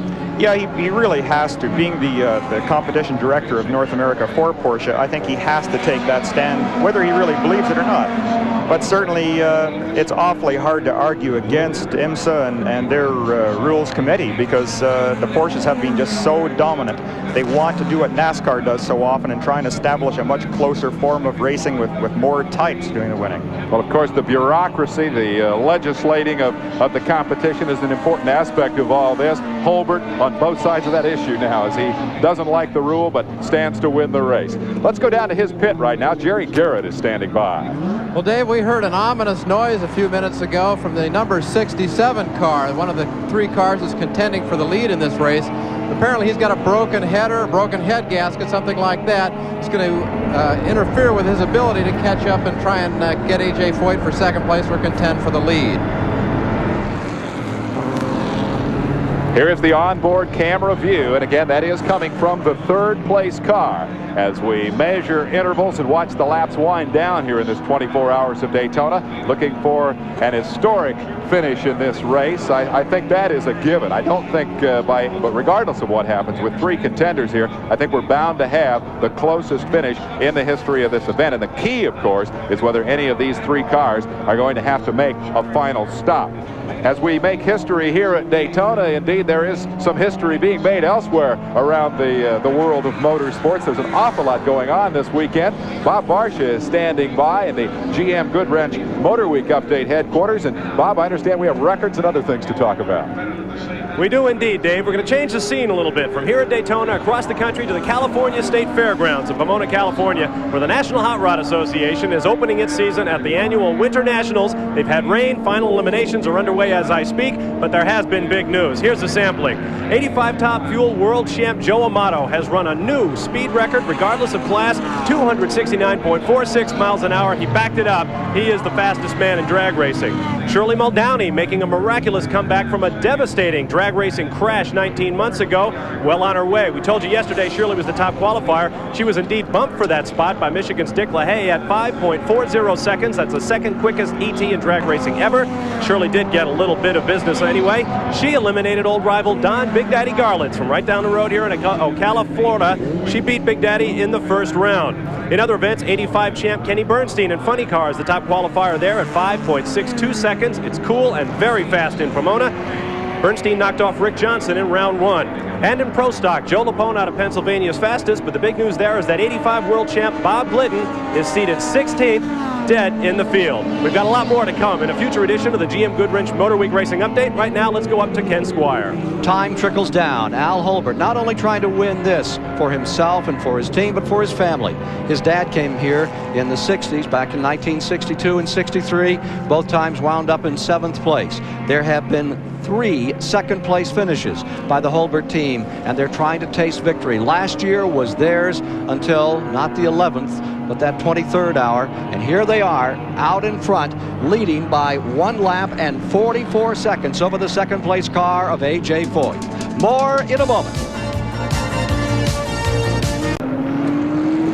Going back on the track, car number 14, Al Holbert, Derek Bell, Al Unser Jr. They made a quick 15, 16-second stop. Of course, it takes a while to whoa and come back up to speed. That single turbo beginning to turn as he comes onto the short straightaway leading to the international turn. He had a lap and 44 seconds as he came on. Foyt, Sullivan, Lyondike. Let's look at that pit stop again as car number 14 made a final foray onto pit road. He comes in very fast, as you can see. He's on the pit lane. Comes in, pull-ups at his pit there. The crew all jump on the car, and they don't really do much. I think he must have had some oil on the windscreen, because that's really all they do. They're checking the engine bay fastening. See that guy's just checking the fastening. But obviously Al would have no idea of any problem back there. I think his main problem was just that the windscreen probably got some oil on it, and he didn't want to go rushing into any traffic at this late stage. Only stopped for 15 seconds. 1918 cars left of the 66 that started this event. Record speed being maintained over 105 miles per hour in the last report by the Holbert Bell Unser team. Again, second spot is the Foyt Sullivan team. Jim Busby's car maintaining 3rd, and the first car in the GTO class is now the Lanny Hester car. That is running 4th overall and 1st in the GTO class. The Jenner car is back in 5th place overall in the race. Okay. Here's car number 14 coming up on the banking. This race should end at 3:34 today. That's when they got the flag to start it. 24 hours back. It's 1 lap and 15 seconds, the interval between 1st and 2nd. So it's a wing and a prayer right now for Al Holbert at number 14. Well, they're always a wing and a prayer, but it seems pretty sure that Al's going to pull it off, but of course nothing's sure till that old flag drops. It'll be interesting to see how the Busby car gets on catching up with the number 8 car to take 2nd spot. Curtain coming down on this race. Let's go to Chris Economaki. Well, there were 71 cars on the entry list for this 24 Hours of Daytona. About 65 took the green flag, and now there are fewer than 20 out on the track. And it makes pit road look like a town that's going downhill. The stores on Main Street are boarded up. Only one open here and there. And the fans, the vandals, you might say, we're at a ghost town, have filled up the pits to get a better look at the action that remains. It's the end of a long, long day for many of the contestants. Back to you. The average speed is 105.174. The record for this race previously 104.162. That's the record, and they'd covered 703 laps. They're within 5 laps of that distance of 2,500 miles right now. That record was set a year ago by Bob Wallach, A.J. Foyt, Al Unser Jr. Terry Bootson was in that team. the second place car. Here it is, the Preston Hen car, which has been a story unto itself in the past few years. Twice a winner and then a runner-up here in this 24-hour conclave. And here he is coming back up on the banking another time. Car number 8, the Porsche 962. Team put together by Preston Hen. Did not get off to a big start, but it sure is around at the finish.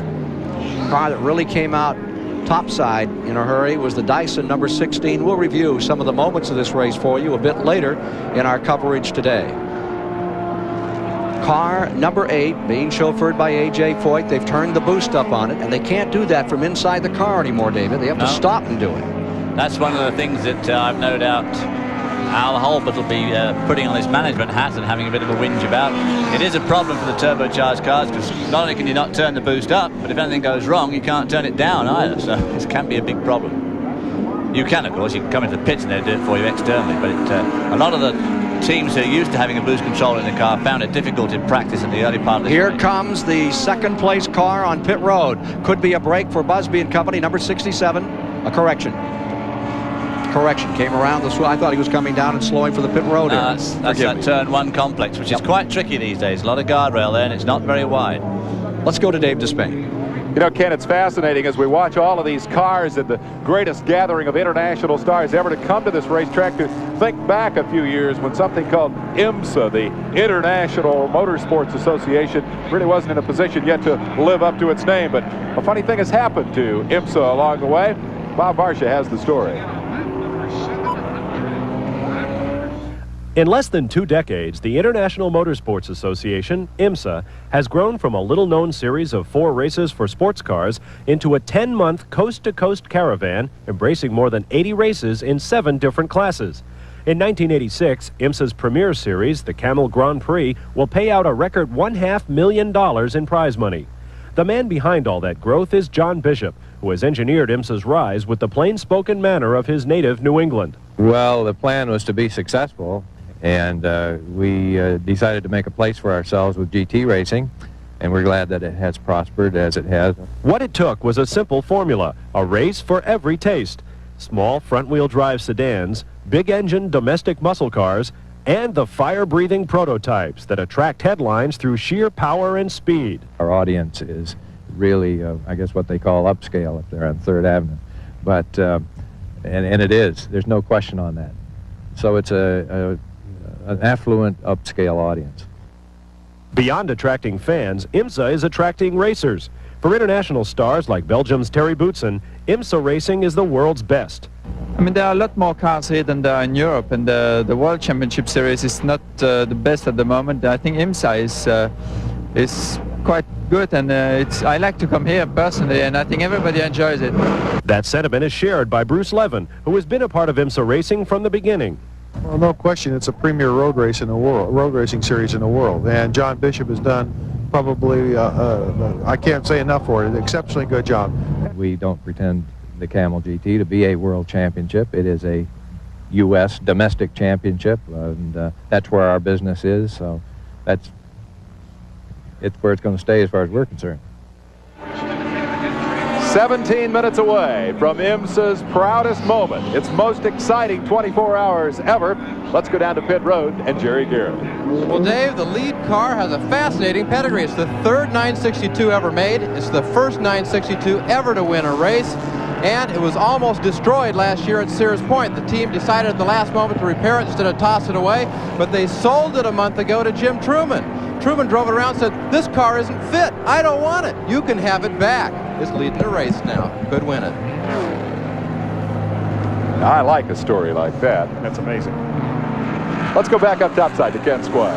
Well, there you see it, car number 14 continuing to lead. The interval between 2nd and 3rd is now 15 and 4/10 seconds between the Foyt car and the number 67 car. Here's one that's slowing down on course. Number 35, one of the Camel Light cars coming down. David? I wouldn't want to have Jochen Mass breathing down my neck 15 seconds behind with only 15 minutes to go, because Jochen Mass is one of the best long-distance drivers in the world. Has won many of these sort of races. The car is from Puerto Rico. That's that Porsche Royale Gonzalez car in Febles. And that car, running in the Camel Light class, is in second place in the Camel Light for the smaller prototype cars. Well, that just shows how, until the flag drops, you're never safe. I mean, it looks like their fine run could come to an end. In the early morning hours on lap 423, this number 14 car coasted to a halt near the chicane. Everyone thought it was over. All hope appeared lost. Driver Al Unser Jr. said they hoped repairs could be completed in time to perhaps finish third or fourth. And here they are. Willie T. Ribbs has rejoined us here as we get down to the final moments of this race. This is as good an endurance race as we've seen, Willie. This is good. I've been out on the track. In fact, I was late getting to the booth because I've been out scouting. AJ, this is AJ's alley. It's right at the end. AJ's a showman. He likes to turn the crowd on. It's AJ versus Mass for second place right now, right to the finish. All right, let's find out what is Chris Economaki doing? We haven't heard from him from some time. Probably tasting wine or something down there. No, I've been winding up my stopwatch, David, but right now, Jochen Mass has suddenly found some speed in that number 67 car, and he's catching AJ Foyt at the rate of 3 seconds a lap. We may have a Garrison finish for second before this day is out. Back to you. Now, though I wouldn't want to be AJ being hounded down by Jochen Mass, I wouldn't particularly want to be Jochen Mass trying to get past AJ Foyt with just about 5 minutes left of a 24-hour race either. AJ has a great car coming back here for the Daytona 500. This event begins Speed Weeks, the Daytona International Speedway. Next Saturday, Buddy Baker says he's going around this 2.5-mile tri-oval in an Oldsmobile at 207 miles an hour. He said that's what it's going to take for the pole. He kind of feels it may be him. And there's going to be a lot of cars doing between 203 and 207. It's going to be a real bang-up day next Sunday for qualifying. Here we are with car number 67. This is your third place car. What a story here. Jim Busby just doing a magnificent job with this machine. A little smoke pouring out there. A little bit of smoke. Also, right on the left front corner in front of the wheel, there's something flapping. I don't know whether the bodywork's coming away. You can't see it so well here, but as you have that head-on shot as it goes down the pit straight here, there's something definitely coming loose in the left front corner. Again, their second car, being driven by Jan Lammers, crashed. 44-year-old John Morton is part of that team. Busby was telling me, he says, he's the rock center of this team. And he said, everybody kind of gathers around him. A lot of the people that are responsible for the car, Bob Kilpatrick not here today, he's watching on television. There's 17 people from the tire company that support it, as well as the 17 that work out there in Laguna, California. And they continue 2 cars for a 19-race series with 17 guys. That's really being efficient. Well, there we see one of that 17, Jochen Mass, hounding down AJ Foyt, and we're going to be back with the final coverage of this fantastic 24-hour race from Daytona Beach very shortly after these commercial messages. Class. That's the Lanny Hester car from Nashville, a Nashville team here. Lee Mueller is involved, Morris Hasse as well. And there you see the standings on GTO. Scott Pruitt teamed with Bruce Jenner. And earlier with Klaus Ludwig maintaining the second position. They've had their problems, transmission and oil leak and so on the 07 car. It's the Hester car living out every man's dream of coming and winning here in this endurance race. And there is a little bit of something for everyone in this event. Nothing much to me, except being up here with you, Ken, but who could want more than that? All right, now you're inside with Jochen Mass in the BF Goodrich Porsche 962 as it chugs along here at the finish, trying to close on the number 8, being driven at the present time by AJ Foyt for second place. And the interval is 6 7/10 of a second between Foyt in second and this Jim Busby car maintaining the third position.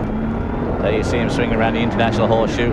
They probably turned that boost up. Derek Bell smiling to himself as he's got a lap and 50-odd second cushion on that duel coming up for second spot. We've only got, what, just over 9 minutes left of this race. Remember last year when it was Derek Bell making all the electrical changes? Got himself a union card down here as he tried to keep the car going, but could not keep it up in front. He's just done a 6-month electronic course. Didn't need it this year. Let's go to Chris Economaki. Okay, yeah. Chris? Yes. Okay, I'm going to talk to Derek Warwick about the problems that his co-driver is having in that car with that broken seat. Derek, you look a lot more refreshed now. What's it like in there with the seat the way it is? Well, he's doing a remarkable job, because when I was in the car, it was just impossible to drive. It was moving about sideways, and it was fully extended, and you just had to go on tiptoe. So, I mean, it's fantastic. Well, you think he's going to catch him? For sure. We've got second now. Okay, Derek Warwick, co-driver of car number 67, talking about how it's driving with that broken seat, back top side. Oh, your countryman's predicting second place here. Yeah, he is my countryman, and poor old Derek's been a bit shuffled around in Formula One this year. He should be Grand Prix driving this year, but he's not, and maybe we'll see a bit more of him as in a regular IMSA driver in the Camel GT series in 1986, which would be great for the series. Final moments as you're inside that car that is running in third, closing on A.J. Foyt. There's the leader another time. Al Holbert holding on, leading by a lap plus. He tries to get this one to stay together. It was in this hour. They had all those electrical problems and had to sit it out a year ago. The interval is shown at 8 2/10 of a second now. AJ doesn't want to give up that spot. No, he's responded okay, and he's really going to have his work cut out to gain 8 seconds in about 7 minutes. Jerry Garrett? Well, Ken, if Derek Bell looks especially overwrought in this thing, he's thinking that he has finished in this race second 4 times, and his teammate Al Holbert at least twice. So they're hoping to shed that bridesmaid role, but these last few minutes are just heart-rending. They don't know what bridesmaid is. At least they finished second 4 times. Okay. Apparently less than 3 minutes left, we're told, to finish this race up with car number 14. Holbert out in front.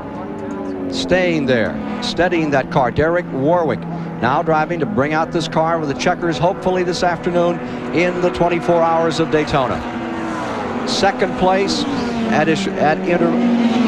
taking a look back here for second and third place.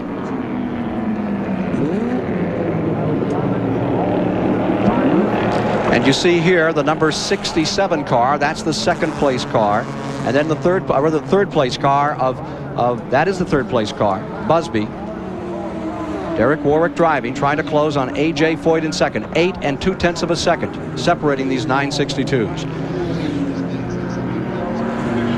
Ken, I think one of the things that we need to review a little bit here, perhaps, is the issue of strategy. We talked so much about it when we went on the air 24 hours ago. We need to, I think, look back to the decisions that crews and drivers have to make during the running of this race. Notably Al Holbert, but in the case of all of these teams. Bill Adam, as you join us here in the STP Pit Center, we saw it throughout this event. A car would take the lead. Busby had it for a long, long time. The Foyt crew, Foyt, Hand, Sullivan, Lyondike had it for a while. And now late in the race, the Holbert, Bell, and Unser team have it. But in every case, they had problems. They came into the pits. They had to make major repairs. When they went back out onto the racetrack, they had to decide on the strategy. Here is the guy that you're seeing in the upper right there. That is Bob Holbert. That is Al Holbert's father. He was the champion of American road racing back when the series was called the U.S. Road Racing Championship, appropriately enough, and it was the premier prize in American competition. Bob Holbert won it, and he is now one of the key strategists in the Holbert pit. He and Junior put their heads together in the middle of the night. When they went back out onto the racetrack, they said, look, we're not going to try to catch up. We're going to dial the boost at the level we want. We're going to dial in a lap time of, I think it was about 1 minute and 50 seconds, and we're going to run, and we're going to hope that we finish. It's a strategy that looks like it's going to win the race. But the point that I have for you, Bill, and I'd like you to comment on it, is how do you make those decisions? How do you decide 6 hours, 12 hours, 18 hours into the race when you've lost 6 or 8 or 10 or 100 laps? How do you decide how fast to go when you go back out there? Well, there's a certain amount of guesswork involved. Like some teams, the Dyson team, for example, I think took a bit of a risk, which unfortunately didn't pay off for them by running an extremely hard pace at the start of the race, and they subsequently suffered a fair bit of damage to their car through a crash. And I'll interrupt just long enough to note that in our first show, you predicted that within the first 15 or 20 minutes of the race. You said he was bouncing off curbs and stuff. He was in trouble. They later hit the wall. Go ahead. Very, very unusual to do that in a race like this, but Al Holbert has been around for such a long time and has shown his brilliance time and time again. I think he's assembled the absolute cream of the crop for all his people. His co-driver is a world champion, his crew chief and all his crew are so experienced with this car, they know exactly what they can get out of it. Go ahead. You certainly run into certain situations where unknowns can make a difference in the race, but by and large, if you play on probabilities, it's almost impossible to beat the Holbert strategy. Well, the genius, I think, is the ability with 6 or 8 hours to go in the race to take a very small dart and throw it at a very big board, keeping in mind that they can run anywhere from a qualifying speed here of a lap of 1 minute 39 up to What would be an average mid-race lap for a front-running car? It'd be at least 10 seconds off that pace. Yeah, I would imagine a 10-second gap would be very accurate, Dave. If you can run from a 147 to a 153 range for the entire race, you could probably average it out, just taking today's average speed and see that it would be in that bracket someplace. And they've dialed that in perfectly. They picked their pace, keeping in mind, too, that car has a broken sway bar in the back. They broke that sometime in the middle of the night. It was one of the things that forced them to make the decision to run conservative, save the car. They didn't want to take the time to try to fix it. They chose instead to simply back the pace down. But I think the thing that is most fascinating here in the STP Pit Center as we watch all those decision makers, well, we got a car in trouble out there. We may have a red flag coming out here in a pace car incident. And that looks like the second place car in the GTU division. I believe that is the number 75 Reed, Hogdahl, Kendall, and Rinsler machine that has come to a stop. And you're exactly right. The car has stopped out there on the racetrack, and that might bring out a yellow flag. I think it will, Dave. That'll be an anticlimactic finish to this race, which will officially end at 3:34. It was about 4 minutes late getting underway here today. To make that final point, Hulbert made the right decision. Hulbert dialed in a speed for himself, for his co-drivers. His crew backed it up with the right logistical support. They predicted when they were 7 or 8 laps down, if we run this speed to the finish, we might have a shot at it. And lo and behold, he appears to be right by an interval of less than a couple of minutes here, because that looks like that's going to be the interval at the finish of this race. Although it may tighten up if that yellow flag comes out. We'll see a parade finish, which would be an anticlimax here. There's the driver climbing out. I think with the driver getting out right now, Dave, one of the rules in IMSA here at the Daytona Speedway is that if there is a car on the surface of the track, rather than the apron itself, they will put out a pace car. So we may have the race finishing under this situation. That is the exit of the chicane, by my view. Would you Bill? It appears to be. Bill, there's no sign of a caution flag being thrown here at the present time. We're looking down at the flag stand, and that Mazda RX-7 lies there, the California car, and with this close to the finish, I question now if they're going to drop a yellow on this. I can't believe they would. A minute and a half to go. By the time the pace car got fired up and pulled out, it would all be over anyway. Well, they could use the yellow in that one corner, and it would, do the trick. Apparently that's what they're doing. A.J. Foyt's car maintaining second. Here's the Hulbert car, still leading. I believe he'll get in just about one more lap. Here he is to the line, and I would think this would be the final lap for Al Hulbert. Here you see him coming into turn number 1. David, you've been here trying to win this race for years. You've been trying to win Le Mans. You must feel star-crossed about this. You came here with a brand new, potent BMW. Everybody said it was a potential pole sitter.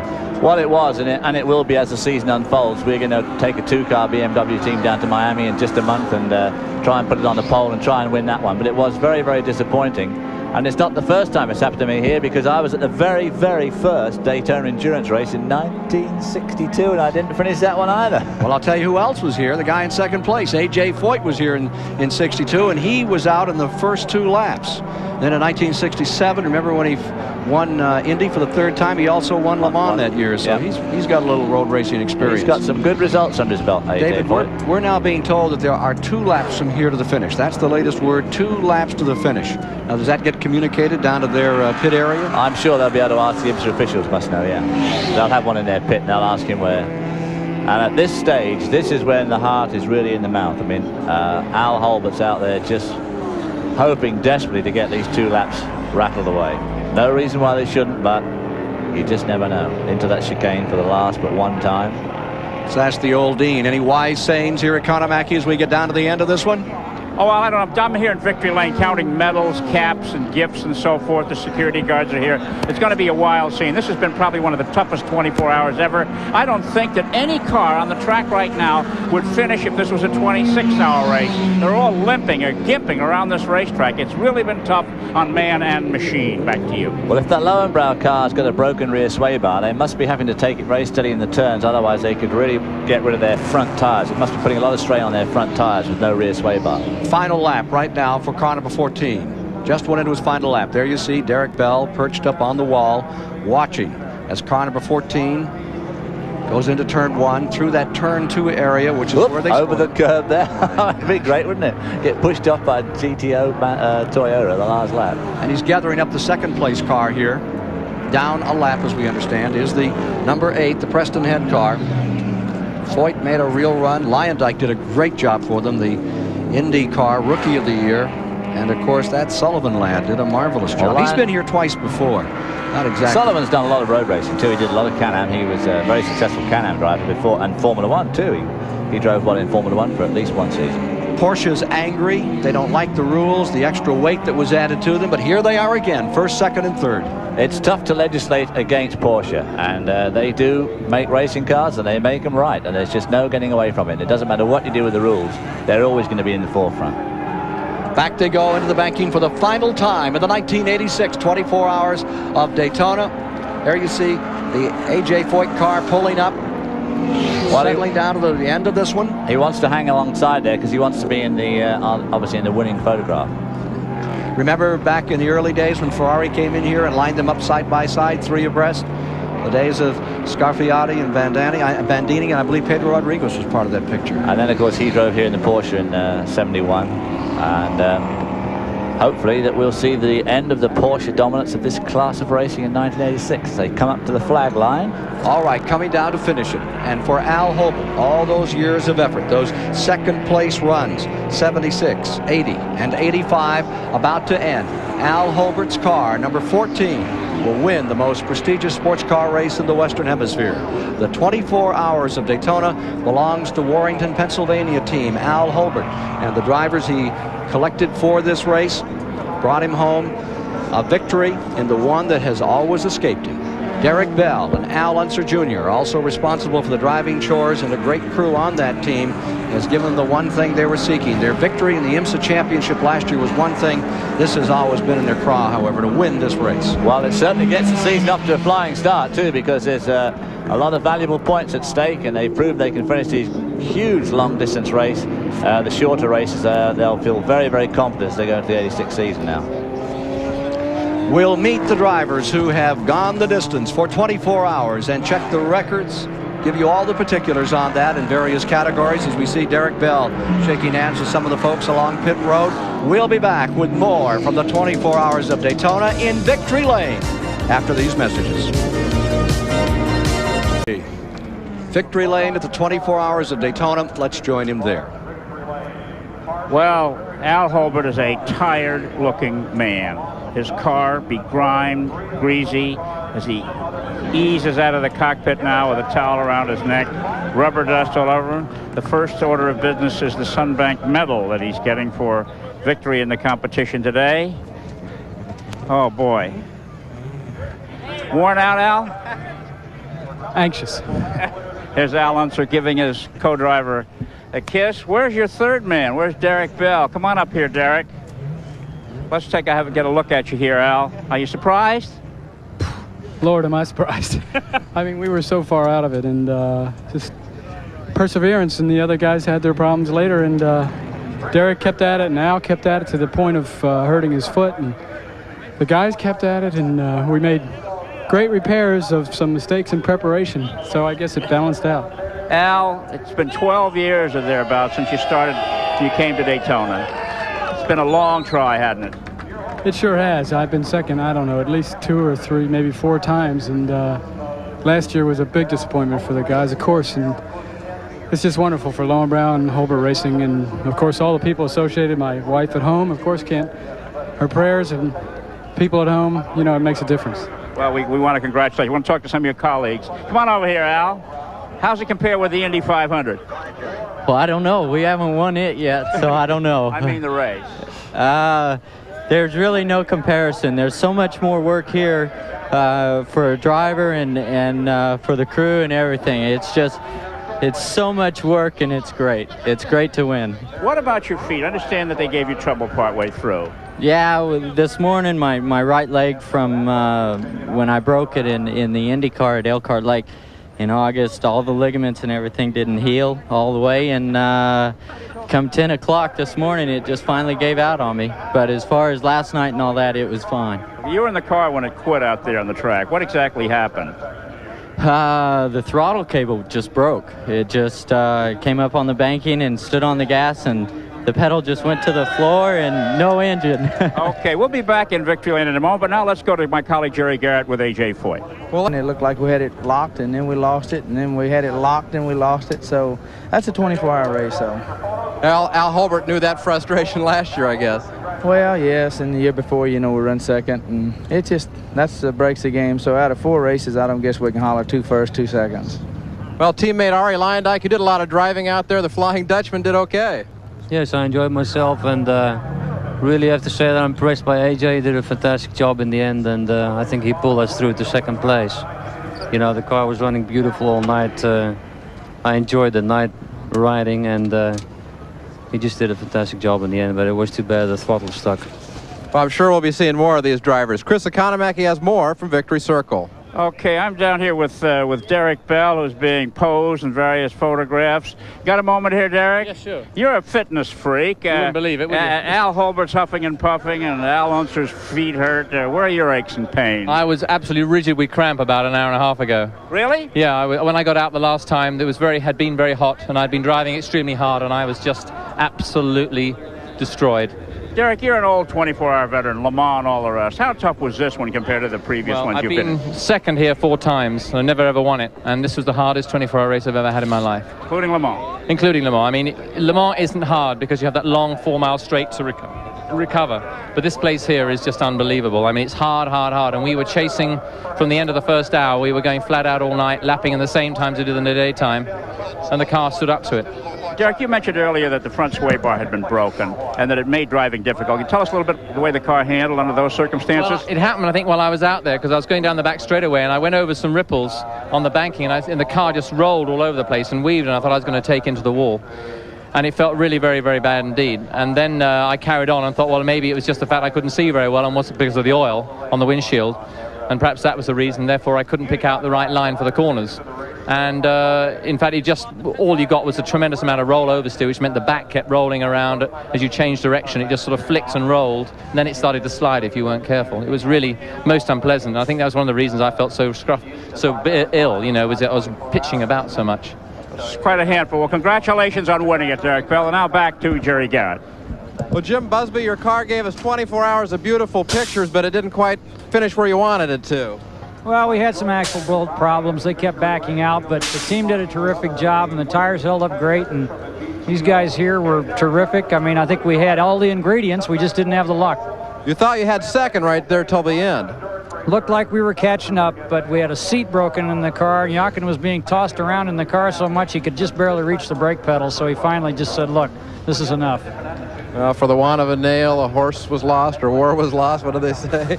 Let's go back to Chris Economaki with more from Victory Circle. Well, we're in the crowd here working down to the Camel Light winner. We'll be having a word with him in just a moment, but just give me another 30 seconds, please.